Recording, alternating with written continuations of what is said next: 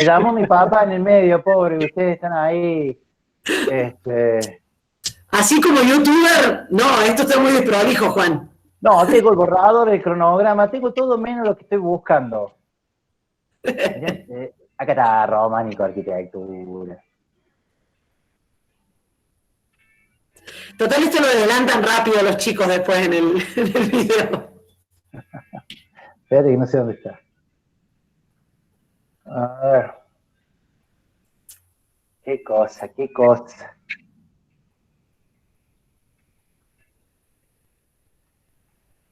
No sé dónde se me fue. Acá está. ¿Por qué está ahí? No sé.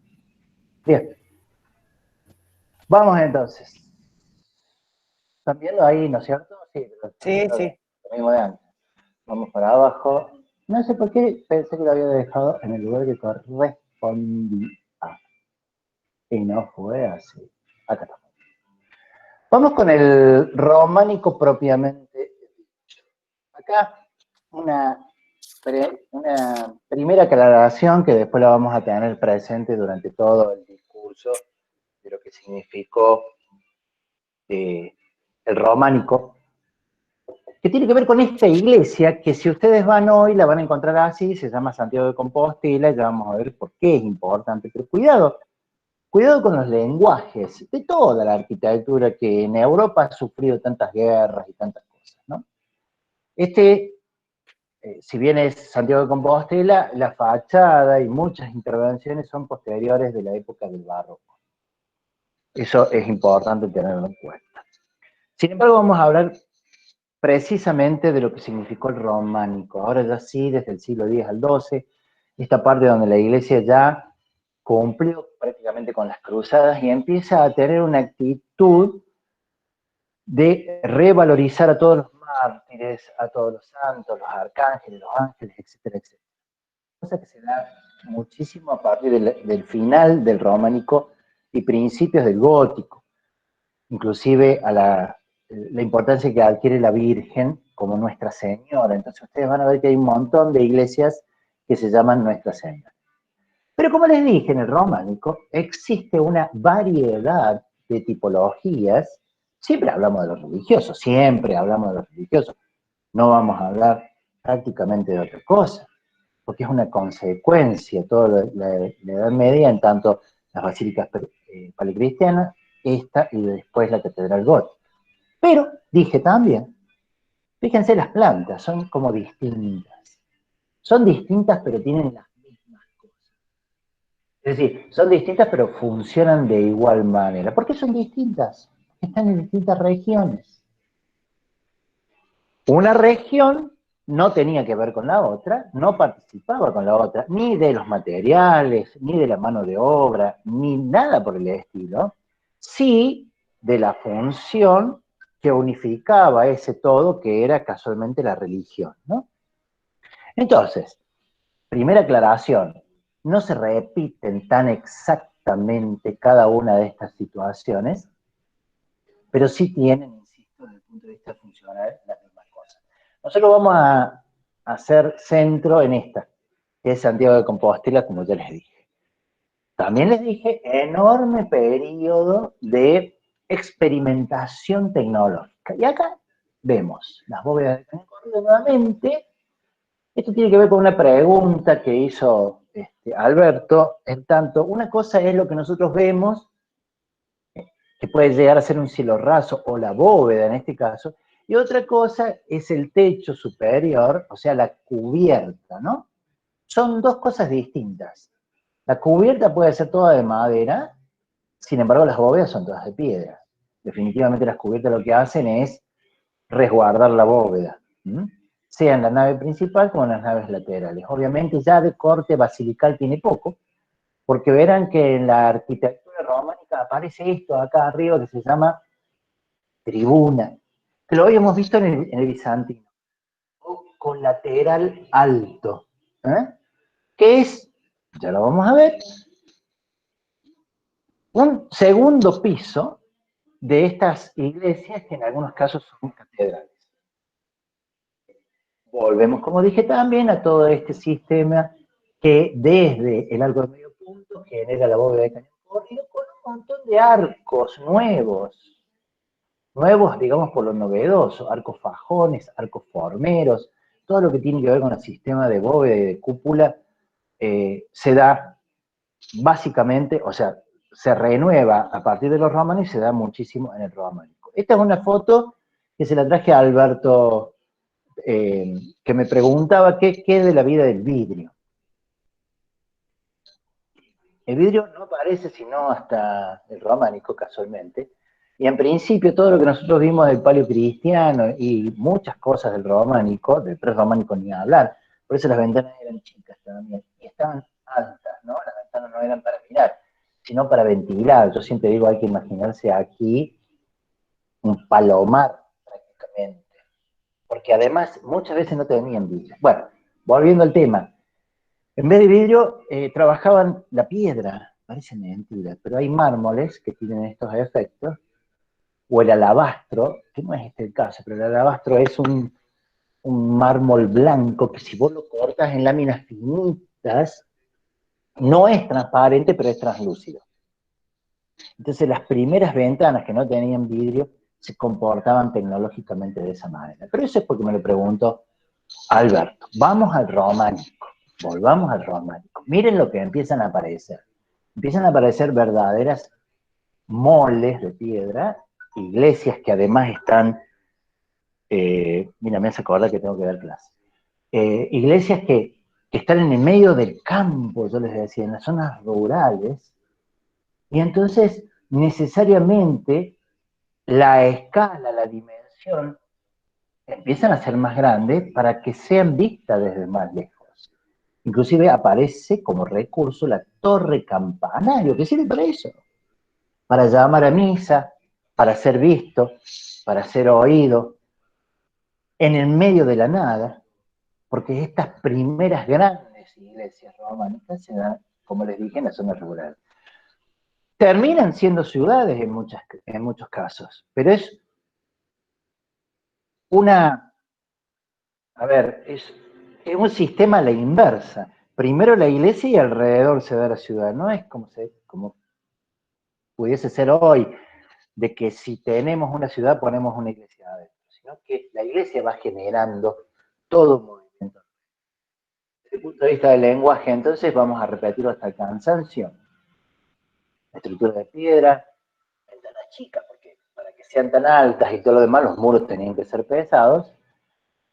Y lo que sí, formalmente, así como teníamos en el paleocristiano, acá también se ve bastante claramente cómo formalmente responden a la función que hay adentro, ¿no? Entonces ya vamos a ver la función específicamente, pero tenemos el atrio, tenemos el nave, tenemos las torres, la nave principal, el crucero, se llama ahora, el deambulatorio y las capillas.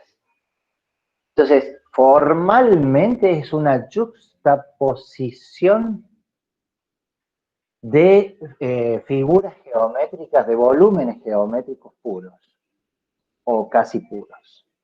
¿Por qué hago esta salvedad? Porque ya va a ver que en el gótico es distinto. En el gótico es muy difícil entender exteriormente lo que está pasando adentro, ¿no?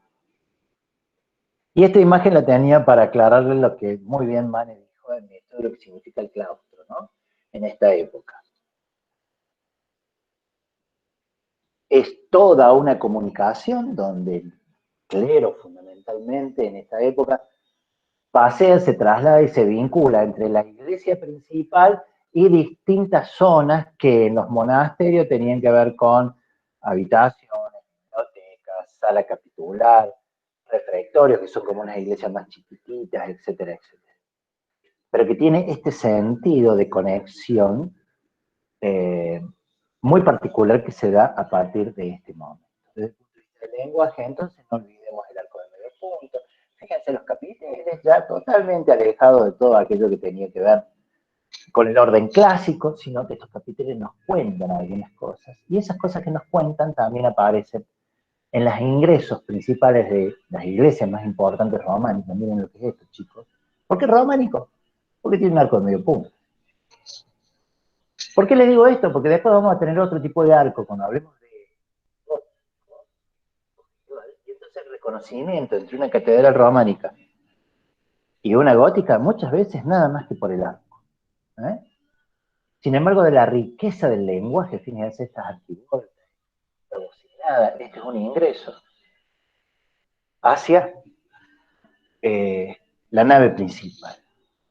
Les dije, así como en el prerrománico, entrando del prerrománico al románico, las cruzadas hicieron todo este compromiso de evangelización de norte a sur, parece una idea fuerte de unir distintos puntos significativos, esas iglesias rurales, algunos asentamientos como monasterios, otros asentamientos como feudos, a través de caminos, me salió muy cordobés ese camino, a través de ese camino, que el más conocido de todos es el que nos lleva a Santiago de Compostela.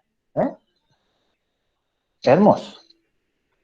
Esto termina de evangelizar definitivamente a Europa.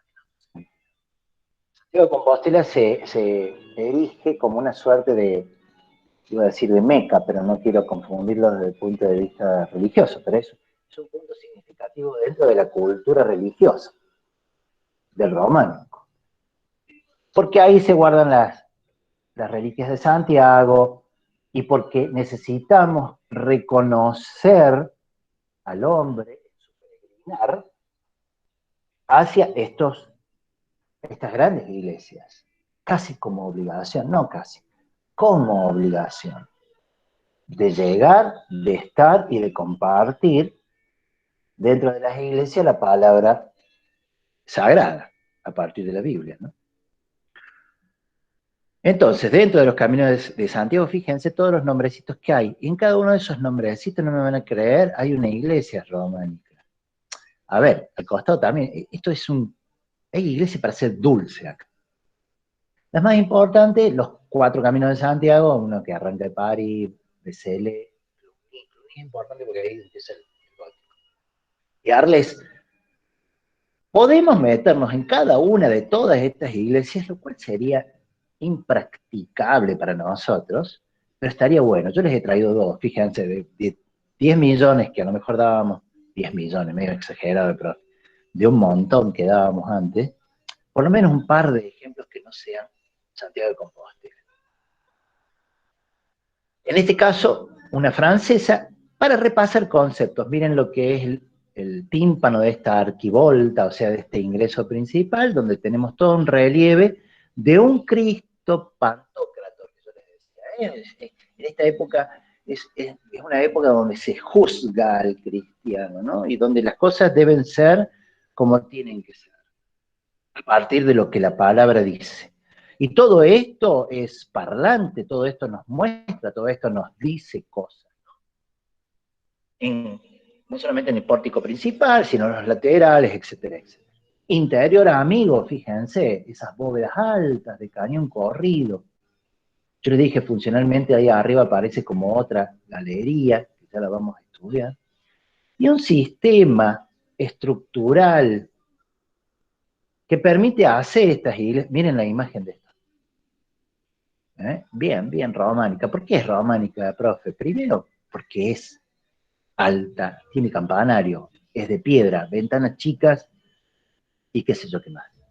Nada, eso, no nos podemos confundir con un paleocristiano y mucho menos después con un gótico.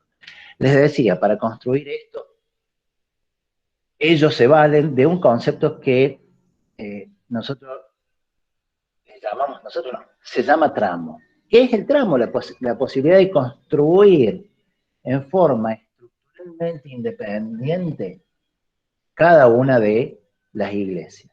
Ya lo vamos a ver en otras, pero las iglesias comenzaron a construirse desde el ábside hacia adelante. ¿Cómo? Por tramos. Yo, año que pasa, lo pongo más en duda, pero bueno, me voy a quedar callado hasta que lo investigue realmente. Porque no estoy tan seguro de que sea una unidad estructural tan independiente. Pero nosotros lo vamos a estudiar como eso. ¿Qué quiere decir? Que si yo saco esta franja, el resto queda parado. Sí, puede ser, porque acá tengo una bóveda de cañón corrido, acá tengo bóvedas de arista.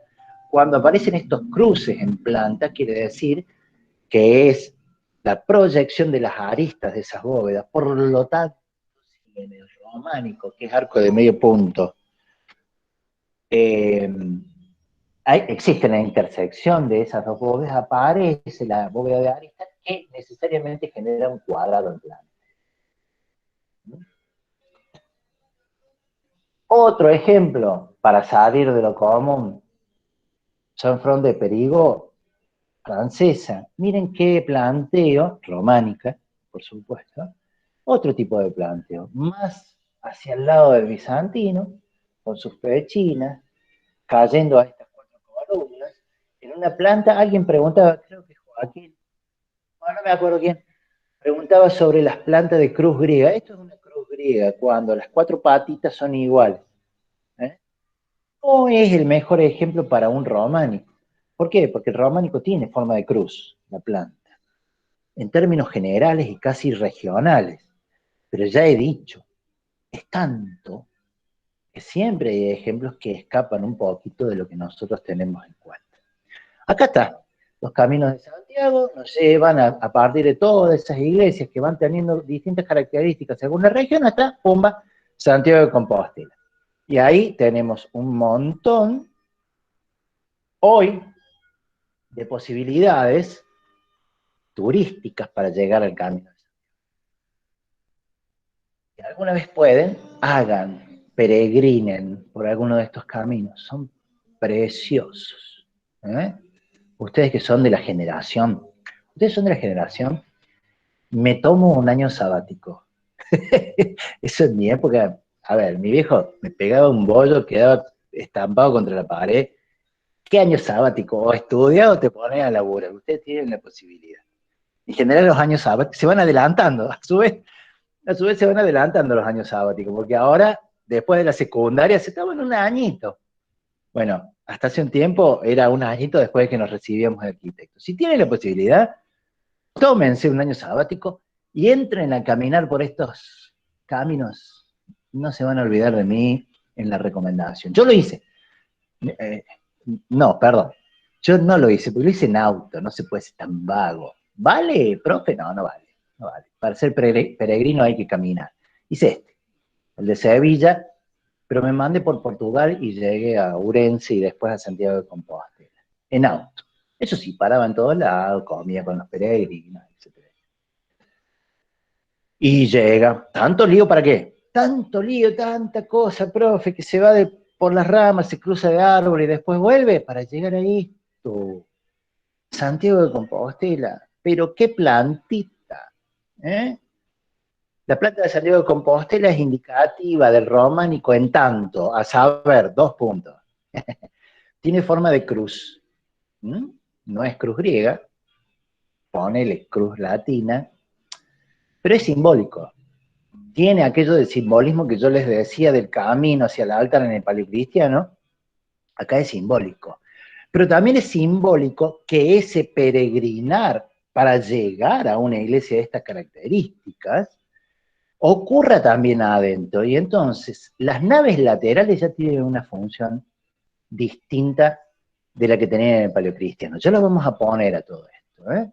Es románica por eso, es románica por el crucero, ya no se llama bema, esto, es como una iglesia dentro de otra, ¿no es cierto?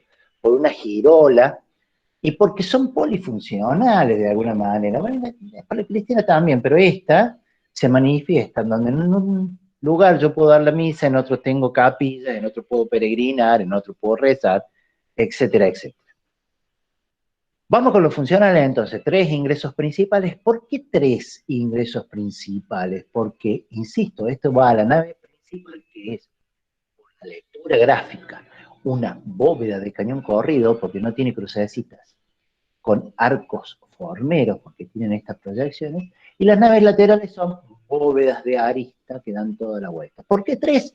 Porque en esta yo entro a la nave principal y con estas entro por un lado, peregrino, doy toda la vuelta y salgo. Pero además son tan inmensas estas iglesias que tienen también sus 3 ingresos por el crucero, ¿no es cierto? O sea que el crucero tiene su propia puerta, che. Toma pavo. Tramo, lo que habíamos dicho recién, y acá se nota como mejor el tramo, que yo le pongo ahí no funcional. ¿Por qué no funcional? Porque estoy hablando de la función acá. Pero meto el tramo, que es una cuestión estructural y espacial, meto el tramo, porque acá se ve bien cómo pueden ser estas franjas. Tucu, tucu, tucu, tucu, así como se van construyendo, ¿no? Así que, ojo, el tramo no es una cuestión, o por lo menos no solamente una cuestión funcional, sino más bien estructural, tecnológica.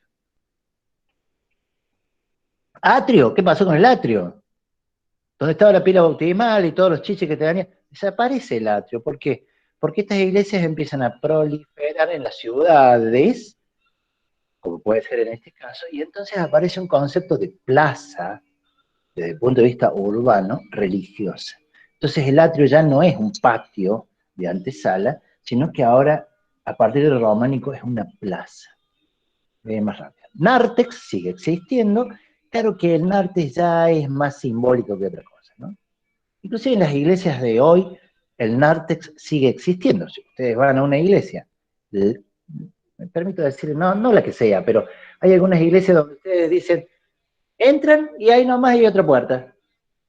Y entras y después volvés a entrar, o entras y te vas por una nave lateral. Ese pedacito es el nártex, ¿no? No tiene exactamente la misma función del paleocristiano en tanto catecúmenos y todo lo demás. Torres campanarios, esto es una novedad románica. Aparecen las torres campanarios, como para que se vean y se escuchen de lejos.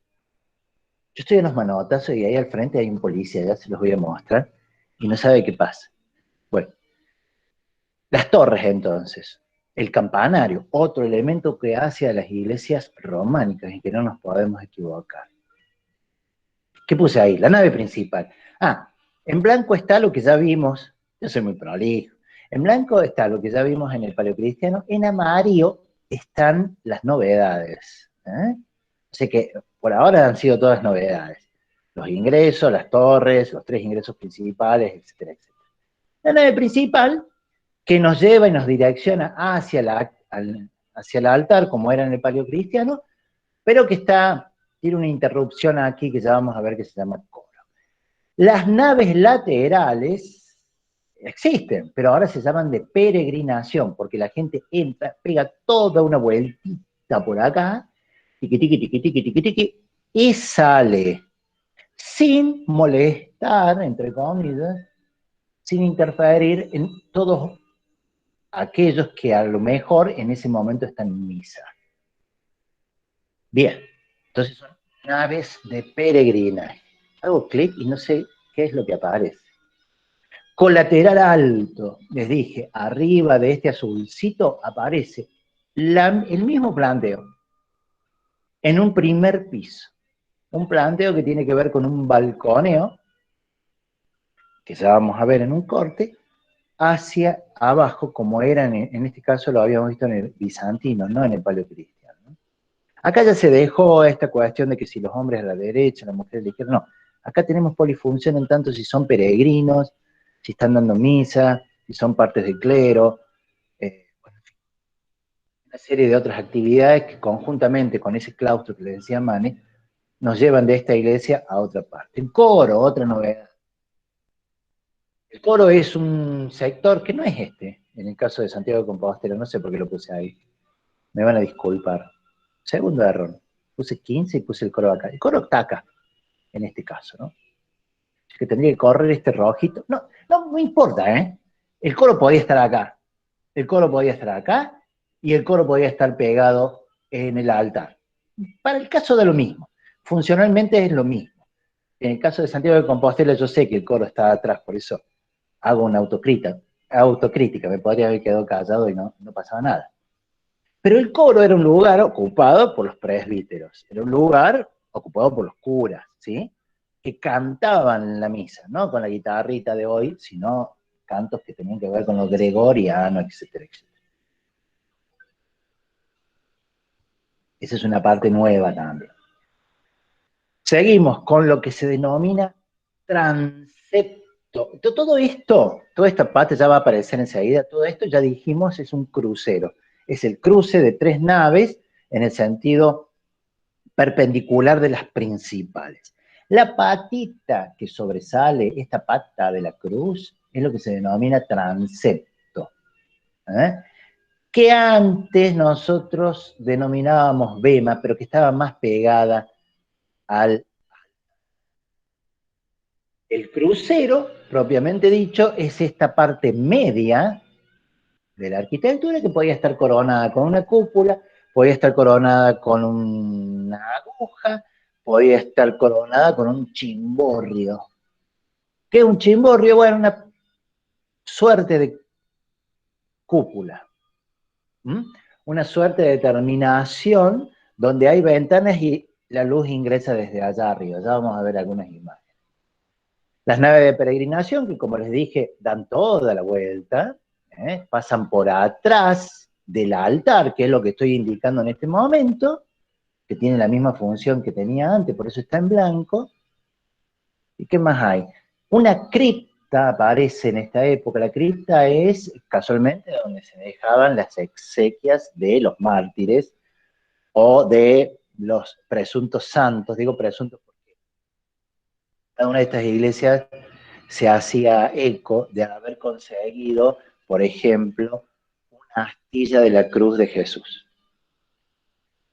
Una parte de la cruz donde crucificaron a Jesús. Si vos unís todas las astillas y las reliquias de las cruces donde en teoría crucificaron a Jesús, además 200 cruces. Porque todo el mundo quiere tener algo que evoque simbólicamente al significado del cristianismo, en este caso la vida de Jesús. Deambulatorio. Deambulatorio es esto que va por acá atrás, que pasa por atrás del altar. O sea que el cura está acá dando misa y vos venís peregrino y no lo jorobás al cura. A los curas no se los jorobás. Bien, deambulatorio. Y después las capillas o absidiolos. Les pongo los dos términos porque pueden encontrarlo de las dos formas según el autor. Las capillas. Esta capilla se llama de la Virgen Morena. Bueno, creo que eso es lo funcional. Ya estoy terminando. Al lenguaje en Santiago de Compostela ya hice la aclaración. Esta es la imagen más parecida a lo que pudo ser Santiago de Compostela. Esta es la imagen actual, posteado hace un par de días sobre esto, de la época del barroco, o sea que esta es una imagen posterior a lo que nosotros estamos viendo. ¿Qué quiere decir? Si aparece esta imagen, error, mal, horrible error. Cuando hablamos de lenguaje y tengan que analizar, es este. Se los dije. Formal y volumétricamente, repasamos conceptos. Torres amigas, se notan. Nave principal, naves laterales, crucero, chimborrio, ahí lo tienen. Este chimborrio, es como una cupulita arriba. Miren el deambulatorio y fíjense qué graciosa las capillas, o sea, queda como una torta de cumpleaños, así, pum, pum, pum, pum, pum. O sea que yo la lectura funcional de adentro la puedo hacer formalmente desde afuera. Vamos a pasear por Santiago de Compostela. Esta es la iglesia de Santiago de Compostela. Vos agarras, pasas el pórtico de la gloria, que es la portada nuestra que yo les mostré, donde está el Cristo Pantocrator. Y llegas acá, donde está esta señora o señorita de rojo, mirando para allá, se ve el altar, y desde ahí, mirando para el otro lado, esta otra foto, donde se alcanza a ver ahí el parteluz del ingreso del nártex. Bóveda de cañón corrido, con estos arcos que se pueden llamar formeros o fajones. Allá arriba se alcanza a ver el colateral alto, donde yo podía estar asistiendo a la misa desde ese lugar. Eso es una gran diferencia con el gótico. El gótico después aparece desde el punto de vista, desaparece desde el punto de vista funcional esto. Y es otra cosa, que ya la vamos a ver. Me voy, camino hacia una de las naves laterales y me encuentro con esto. Me paro acá, miro hacia el final del deambulatorio, me paro acá y miro hacia el ingreso del peregrinaje. Acá viene el peregrino, chicos, tiqui, tiqui, tiqui, tiqui, tiqui, pasa por acá, pasa por ahí, pasa, y se va hasta el fondo, pega la curva, va por la girola y reza a alguno de los santos que están en las capillas. ¿Cómo reconozco esto yo? porque no solamente la bóveda tiene ese arco facón, sino que ahí se alcanza a notar la arista. Es una bóveda por arista. Dos sistemas constructivos totalmente distintos. Llego hacia el fondo, fíjense la curva que pega la girola o deambulatorio que yo les decía recién, curva, las dos curvas de cada uno de los lados, pero ¿qué me interesa a mí acá? Fíjense el tamaño que tienen las capillas, porque uno dice las capillas y uno se imagina un nichito donde hay una virgen, ¿viste? No. Las capillas son verdaderos espacios que están separados materialmente, o sea, atrás de esto está el altar. Pero yo voy deambulando por acá y no jorobo la misa, no tengo comunicación con el altar. Esos son espacios definidos en sí mismos desde el punto de vista interior. Fíjense, acá está el coro. Me iba a deschavar solito. Este es el coro y acá está el altar. ¿Vieron?